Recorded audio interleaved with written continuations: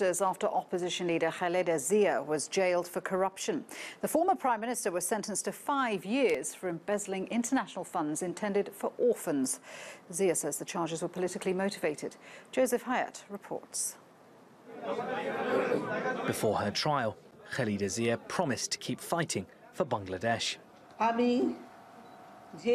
am ready to face all outcomes. I am not afraid of jail or punishment. I am not going to bow down my head. I will not move back from the fight for democracy and human rights.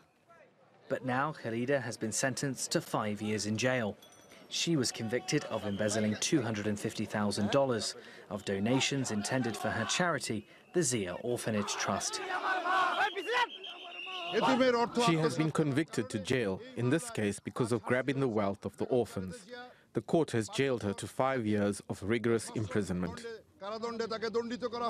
Her conviction could bar her from standing in future elections. Bangladeshi law disqualifies candidates sentenced to more than 2 years in jail. The next elections must be held by the end of this year.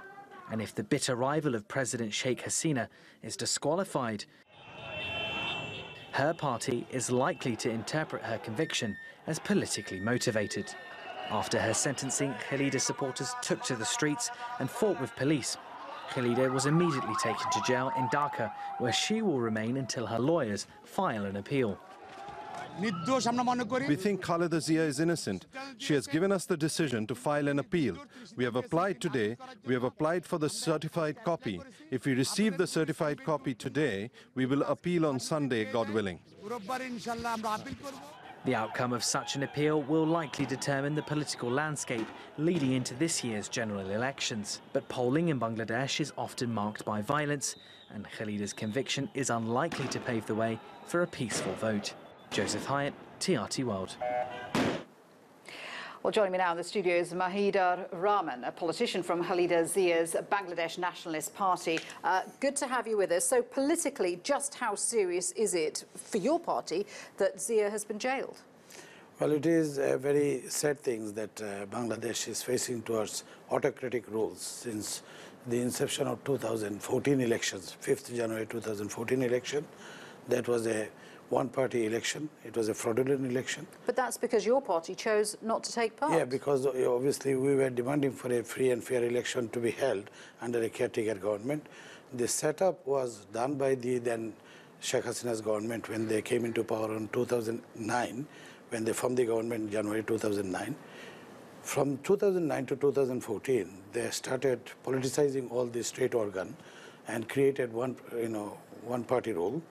And then to the 5th January 2014 election which came up, then we saw as an opposition party that all this election commission, administration, law enforcing agency, rapid action battalions, they're all serving the purpose of the political party as a partisan tool. So therefore we decided to ask for a free and fair election to be held under a caretaker government. But Sheikh Hasina's government did not agree to this. Are you saying that these charges against Khaleda Zia have been manufactured? Because she is facing a number of charges, and there is a perception that corruption is a big problem in Bangladesh's higher echelons. All the cases that have been filed against her and against Mr. TRT Rahman, Senior Vice Chairman, they are all politically fabricated because they are trying to basically create one-party rule in Bangladesh in a gradual process by eliminating the main opposition party. And main opposition party led by Begum Khaleda Zia is a very popular political party. You have seen it. Hundreds of thousands of people come on the street when she goes out. Even yesterday you have seen how many hundreds of thousands of people they were trying to join her, the car. While she was going to the court. Are you worried about what supporters might do if, I know she's appealing against the conviction against her, but if she cannot stand in these elections, what might BNP supporters do? Could there be a very volatile situation in Bangladesh? Of course, because obviously Bangladesh is heading towards the autocratic rules. If there is not an inclusive election that should take place in 2018, end of 2018, if BNP does not participate, which is the main opposition party, obviously there will be a volatile situation, very turmoil politically also. Law and order situation will be very disrupted.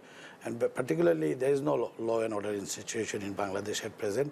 Law and order is meant for the Awami League supporter, not for the opposition party. You don't have any space for the civil society, neither you have any space for the opposition party. You cannot raise your voice against the government's atrocity or undemocratic behavior. If you do that, then you are being targeted. Personally, people like me, I'm a secretary for international affairs of this party, and I live in the UK, and I represent the expatriate diaspora community all over the country, outside the Bangladesh, as a political party leader. And the problem is that even I am scared to go to Bangladesh because I raise the voice against the government's atrocity. I do international lobbyings. I hold seminar symposium in the parliament, in the House of Lords, in the European parliaments and other places. I do write letters and everything. So we are also being targeted.